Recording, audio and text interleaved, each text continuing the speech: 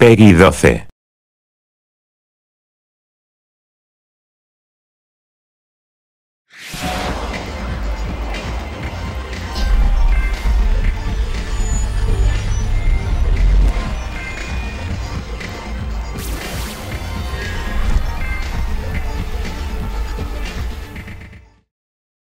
Stylish, dramatic, and full of anime flair, Capcom's Street Fighter Alpha series took what worked in Street Fighter II and made it flashier than ever before. But this sub-series was much more than a cosmetic reimagining. It introduced new gameplay concepts, new storyline lore, and, of course, loads of new and returning characters.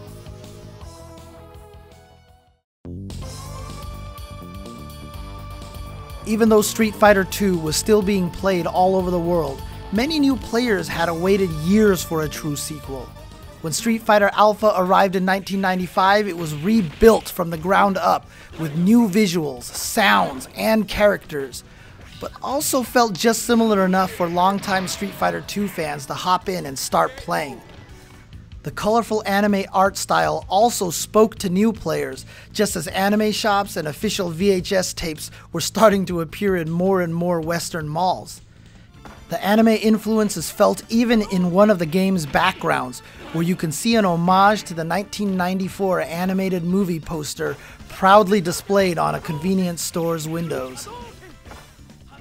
But perhaps most interesting is the game's general story, which actually takes place between Street Fighter and Street Fighter II. We get to see young Ryu and Ken again, each looking much more stylish than their 1987 counterparts. And Chun-Li makes her first chronological appearance in the series with a new look and a few new moves. Villains M. Bison and Sagat also return with stockier, bulkier bodies than seen in Street Fighter II. This fresh take made even returning characters feel new. Since Alpha had ties to the original Street Fighter, it made sense to dip in the Street Fighter I roster and bring them into the then modern era. That meant playable versions of Adon and Birdie, who were previously just AI-controlled opponents. And while we're looking to the past, characters from Capcom's Final Fight series debuted in Street Fighter Alpha as well. Guy, one of Final Fight's 3 protagonists, and Sodom, the second-level boss. Their appearance in Street Fighter Alpha formally linked the Final Fight and Street Fighter universes together. Fun fact, Final Fight for a time was known as Street Fighter 89, so there was always a little bit of cross-pollination going on. Guile wasn't present, but his partner Charlie Nash filled in with his own take on sonic booms and flash kicks. Nash is presumed dead in the Street Fighter II era, fueling Guile's need to bring M. Bison to justice. Nash's tragic story would serve as a major plot point in Street Fighter V as well. So we've seen some familiar faces and some previously referenced fighters, but what about all new characters? Fortune Teller Rose puts her soul power up against M. Bison's psycho power, paving the way for Street Fighter V's Menat to follow in her footsteps. Meanwhile, Akuma returned as a hidden character yet again, and Dan, everybody's favorite punching bag, debuted as a hidden character as well. They would both become regular cast members in the next game. From a casual perspective, Alpha maintained many of the core concepts from Street Fighter II, which was a good way to bring existing players over to the Alpha series. If you could throw a fireball or pull off a flash kick from Street Fighter II, you could still pull these off in Alpha. Even super combos returned, but now with 3 different levels of strength. Filling up 1 level enabled your super combo, but you could keep powering up to 3 levels for an even bigger attack. The super combo gauge was also used to perform alpha counters, an all-new gameplay concept. As long as you had at least 1 level of the super gauge filled, you could deflect an incoming attack by blocking and then triggering your alpha counter. And speaking of blocking, you could finally block attacks while in the air. Also, characters could now recover from a knockdown by rolling forward. Many of these systems were added to aid newer players. The feature that perhaps stood out most was the chain combo.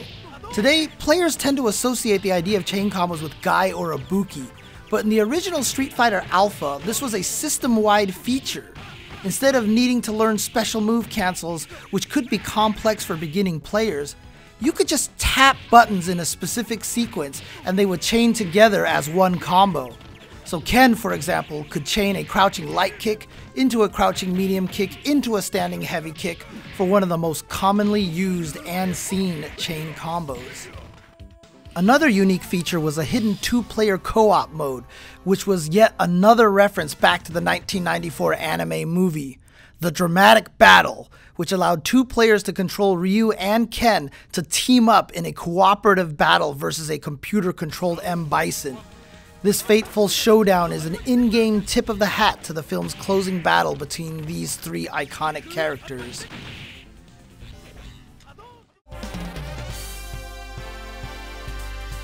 Released just a year after Alpha 1 in 1996, Alpha 2 essentially overwrote the events of the first Street Fighter Alpha and also moved them forward. So in a strange way, it was both a remake and a sequel that expanded on the story of Alpha 1. All of the Alpha characters returned, plus a whole new assortment of fighters. Gen represented Street Fighter 1, Zangief and Dalsum returned from Street Fighter 2. Rolento further filled out the Final Fight crossover. Akuma, Dan, and Bison all became selectable from the start without needing a secret code. This would be the first time Akuma was playable in an arcade without an elaborate procedure to unlock him. But as Akuma stepped in to become a regular character, Evil Ryu debuted as a secret member of the roster. This alternative version of Ryu, one that suggests what would happen if Ryu were to succumb to the same evil forces that power Akuma, would appear in many subsequent Street Fighter titles. But making her grand debut is Sakura, an energetic schoolgirl who idolizes Ryu and mimics his signature moves, though with her own spin on them, of course. Her exuberant animations and personality brought a bit of levity to an otherwise serious plot about revenge, power, and worthiness. Alpha 2 expanded on the Alpha counter system, giving every character 2 Alpha counters. Rolling was also expanded as players were now allowed to roll 3 different distances. The chain combo system, however, was removed and replaced with custom combos.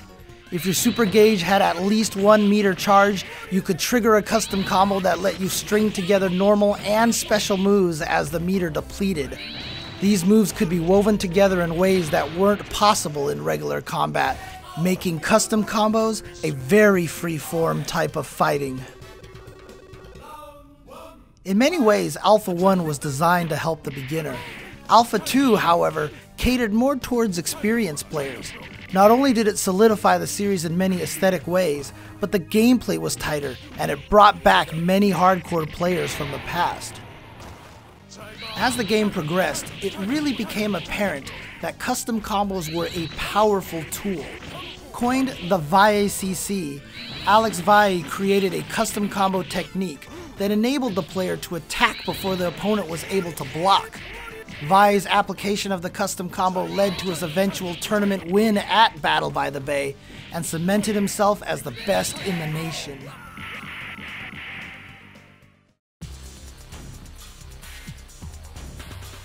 A full-on sequel bursting with new characters and concepts, Street Fighter Alpha 3 had something for everyone. Casual fans could now choose among 28 playable characters, including Street Fighter 2 favorites E Honda, Cammy, Blanca, and Vega, as well as Final Fight anti-hero Cody. All new fighters included Rainbow Mika, a colorful pro wrestler, and Karen, the wealthy upper-class counterpart to Sakura. Also, Street Fighter 2 veteran Balrog, as well as 2 new characters, Julie and Junie, 2 of M. Bison's fearsome super soldiers known as dolls, could be played via secret codes. Alpha 3 also improved the series' in-game storytelling.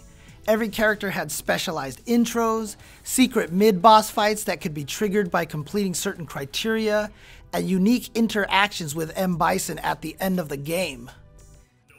One small but beloved addition was an exuberant announcer that, even to this day, is one of the most nostalgic aspects of the game. It all depends on your skill. Go for broke.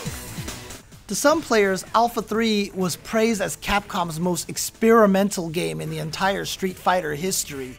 Alpha 3 attempted to really shake things up from what everyone expected. There were many new subtle systems added, such as new counter-hit mechanics, throws performed by pressing 2 punches, and a guard gauge that punished players for blocking too much. If you blocked too much, you could be guard crushed and momentarily vulnerable to any attack. The game also saw the return of a system from the Street Fighter II series, the close-up attacks.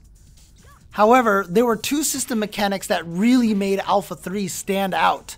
One was the introduction of a much more robust juggle and aerial recovery system.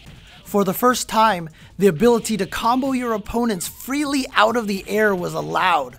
But at the same time, characters were also given the ability to recover in the air and continue fighting from there. Also, every character was given access to air throws, which used to be only available to certain characters. All these changes added an entire new layer to the game. Then there were the isms. Before a match, you could choose one of 3 isms that would give your fighter significantly different powers and abilities. A-ism functioned like past Alpha games, giving players access to a 3-tiered super combo gauge: air blocking, Alpha counters, and rolling. Your attack, defense, and speed were all balanced to a mid-level range, making this the standard ism of the 3. X-ism gave players one devastating super combo gauge with increased attack power across the board, meant to mimic the style of play from Super Street Fighter II Turbo. Thusly, you didn't have access to abilities that weren't in Super Turbo as well, such as air blocking and Alpha counters. You were definitely more powerful, but you sacrificed many defensive options. Finally, V-ism brought the custom combo back from Alpha 2, albeit in a very modified form. You have much more mobility in this version, but the rules were more restrictive, and now custom combos included a shadow that repeated your attacks that could also strike the opponent and aided in combos as well as lockdown sequences. You also had manual control over when you performed range or close-up attacks. Thus, V-ism was the most complex mode with the most options, but at the expense of lowered attack power. In the end, V-ism turned out to be the most potent at highest levels of play. But with 3 wildly different options at players' disposals, the possibilities were immense, and the variety was something the genre had never seen. There were even a few hidden isms that were there for fun, such as one that made you extremely powerful, but the opponent only needed to win 1 round to win the entire match while you still had to win 2.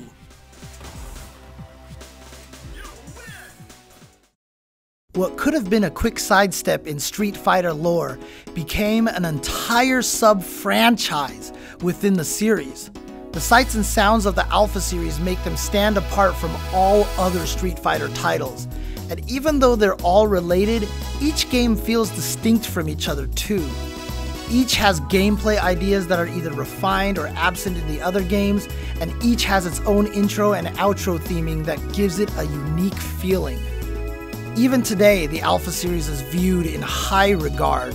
In fact, amongst veteran players, there is also an ongoing debate on whether Alpha 2 or Alpha 3 is the superior game of the series. This debate will probably never be resolved, but it speaks to how much people enjoyed the series.